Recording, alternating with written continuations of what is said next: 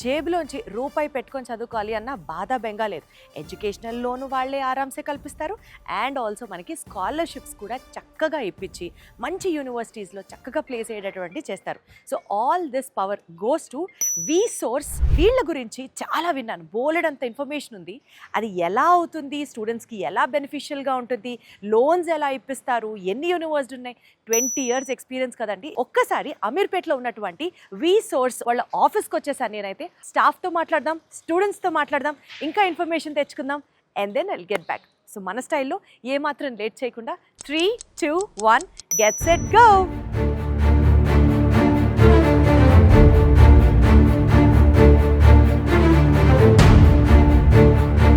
So first floor వచ్చేసి ground ఫ్లోర్లో మనకి వి source fintech private limited.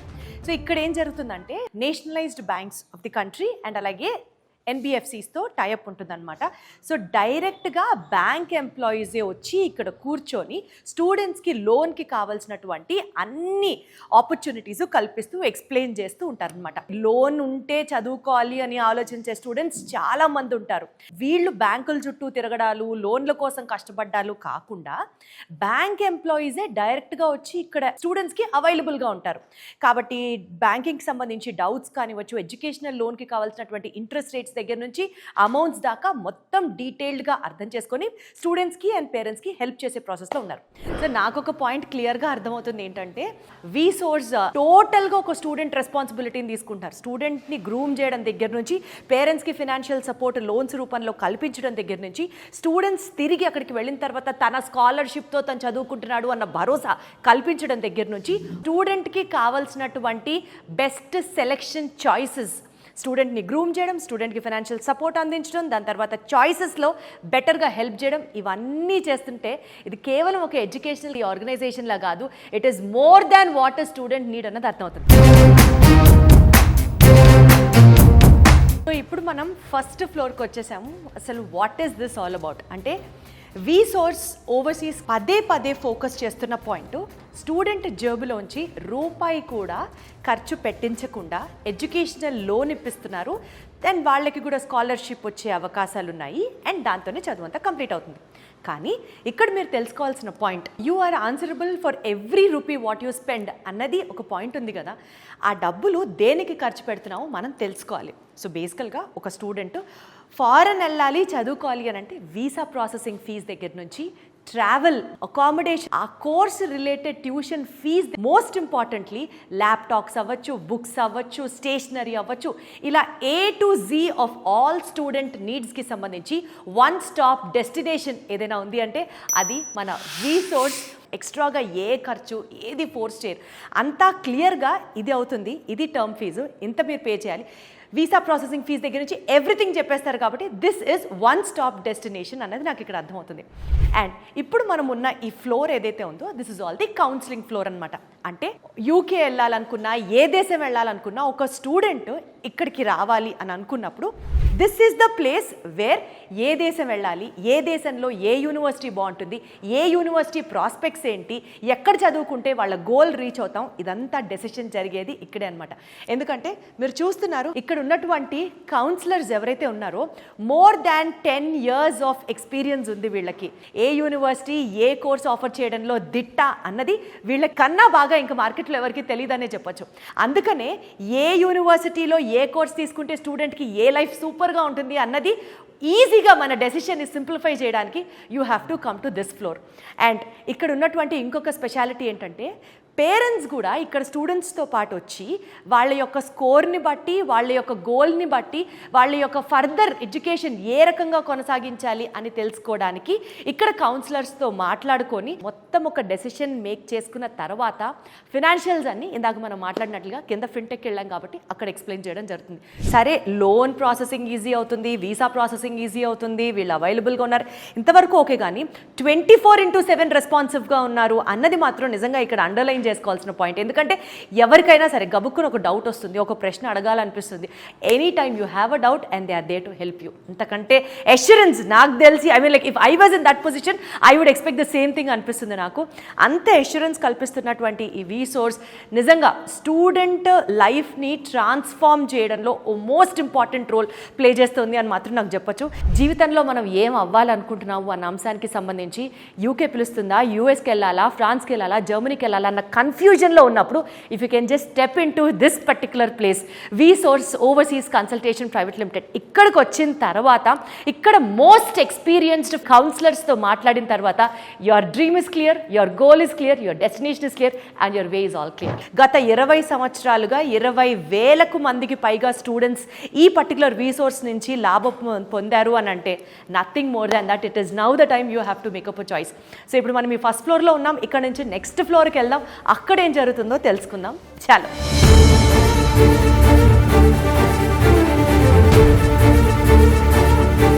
So ఇప్పుడు మనం వీసోర్స్ వాళ్ళ ఆఫీస్లో సెకండ్ ఫ్లోర్కి వచ్చేసామన్నమాట. ఈ సెకండ్ ఫ్లోర్ అంతా ఏంటంటే బేసికల్గా processing and applications filing floor. Like for example USA, UK, Canada, Australia, ఒక్కొక్క కంట్రీకి ఒక్కొక్క ప్రొసీజర్ ఉంటుంది, ఒక్కొక్క దేశానికి ఒక్కొక్క అప్లికేషన్ విధానం ఉంటుంది. సో వన్స్ ఇందాక మనం కింద ఫాలో అయినట్లుగా ఏ యూనివర్సిటీకి వెళ్ళాలి, ఏ కోర్స్ చేయాలి అన్న ఒక క్లారిటీ వచ్చేసింది. ఆ యూనివర్సిటీకి సంబంధించి ఫీ ప్రాస్పెక్ట్స్, ఆ ఫీ ఎలా పే చేయాలి, బ్యాంకింగ్ లోన్ ప్రాస్పెక్ట్స్ ఏంటి, విధి విధానాలు ఏంటో గ్రౌండ్ ఫ్లోర్లో తెలిసేసుకున్నాం. సో మనకి క్లారిటీ వచ్చేసింది ఏ యూనివర్సిటీకి వెళ్ళాలి, ఏ దేశంకి వెళ్ళాలి అని. అండ్ నౌ ఈ ఫ్లోర్కి వచ్చిన తర్వాత మనకి applications filing for every country, అంటే ఒక యూనివర్సిటీకి ఎలా అప్లై చేయాలి దగ్గర నుంచి, అసలు ఆ దేశానికి వెళ్ళాలంటే పాస్పోర్ట్ ఎలా అప్లై చేయాలి దగ్గర నుంచి, వీసా ఎలా అప్లై చేయాలో దగ్గర నుంచి, టోటల్గా అప్లికేషన్ వర్క్ ఏదైతే ఉంటుందో ఆ వర్క్ అంతా మనకి ఇక్కడ జరుగుతుందన్నమాట. మోస్ట్ ఇంపార్టెంట్లీ ఇక్కడ నేను మీకు చెప్పాల్సిన పాయింట్, ఒక యూనివర్సిటీకి అప్లై చేసిన తర్వాత విత్ ఇన్ 24 hours ఆ యూనివర్సిటీ దగ్గర నుంచి ప్రాస్పెక్ట్ సంపాదించడం వీళ్ళ గొప్పతనం. Point number 1. పాయింట్ నెంబర్ 2, 6,000 పౌండ్ల వరకు ఒక స్టూడెంట్కి స్కాలర్షిప్ని వీళ్ళు ఆ యూనివర్సిటీస్ దగ్గర నుంచి పొందించే విధంగా చేస్తారనమాట. అంటే అంటిల్ 6,000 pounds అంటే ఇది అసలు సామాన్యమైన విషయం కాదండి. ఒక స్టూడెంట్ క్యాలిబర్ని బట్టి, ఒక స్టూడెంట్ పర్సంటేజ్ని బట్టి, ఒక స్టూడెంట్కి ఉన్నటువంటి ఎక్స్పోజర్ని బట్టి ఏ యూనివర్సిటీ ఎంత మ్యాక్స్ స్కాలర్షిప్ ఇప్పించగలదో వీళ్ళు పాపం ఆ బాధ్యత అంతా తీసుకుని ఒక స్టూడెంట్కి స్కాలర్షిప్ ఇప్పిస్తారు.